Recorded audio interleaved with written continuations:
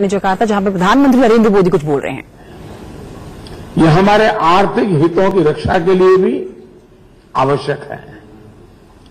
आज के बदलते हुए इंडो पैसिफिक क्षेत्र में हमारी विशेष जियो स्ट्रेटेजिक लोकेशन है। हम एक जैसी विकास एवं पर्यावरणीय चुनौतियों का सामना कर रहे हैं। इंडो पैसिफिक क्षेत्र में सहयोगों के रूप में एक दूसरे की प्रगति एवं संपन्नता में हमारे साझा हित है और इसलिए हमने इंडो पैसिफिक क्षेत्र के लिए साझे विजन और सिद्धांतों पर सहमति की है। फ्रेंड्स, भारत की एक्ट ईस्ट पॉलिसी के साथ सागर SAGAR, और जब मैं सागर कहता हूं मतलब है security and growth for all in the reason.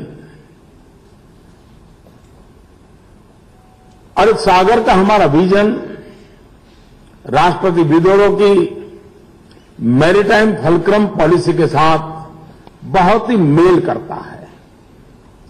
दिसंबर 2016 में राष्ट्रपति विदोरो की भारत यात्रा, उस समय हमने एक रोडमैप तैयार किया था। आज हमारी चर्चा में हमने उसके कार्यान्वयन पर हुई प्रगति का आकलन किया। आज हमारे बीच हुए समझौतों से हमारे द्विपक्षीय संबंधों को और बेहतर बनाने में सहायता मिलेगी।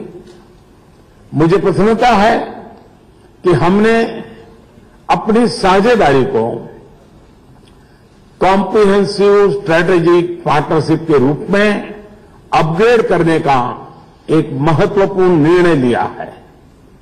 हम वर्ष 2025 तक द्विपक्षीय व्यापार को $50 बिलियन के स्तर तक ले जाने के लिए अपने प्रयास दोगुने करेंगे और इन प्रयासों में सहायता के लिए मैं हमारे CEO फोरम के सकारात्मक योगदान का भी अभिनंदन करता हूं।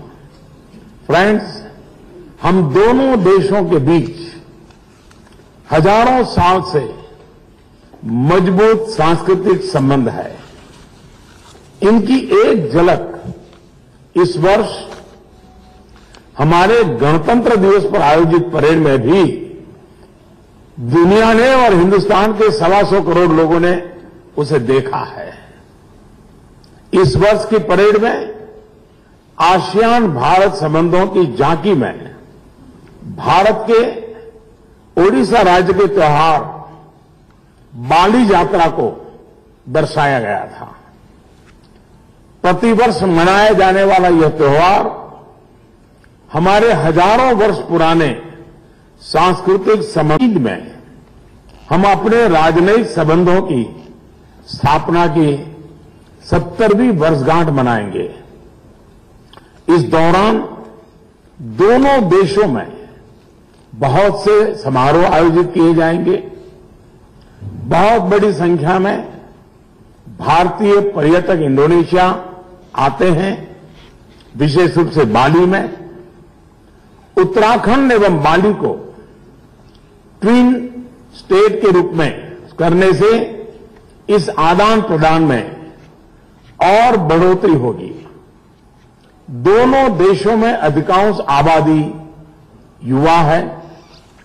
इन युवाओं के सपनों को साकार करने के लिए और उनके लिए रोजगार के अवसर उत्पन्न करने हेतु हम शिक्षा तथा स्किल डेवलपमेंट, कौशल विकास के क्षेत्र में एक दूसरे से बहुत कुछ सीख सकते हैं।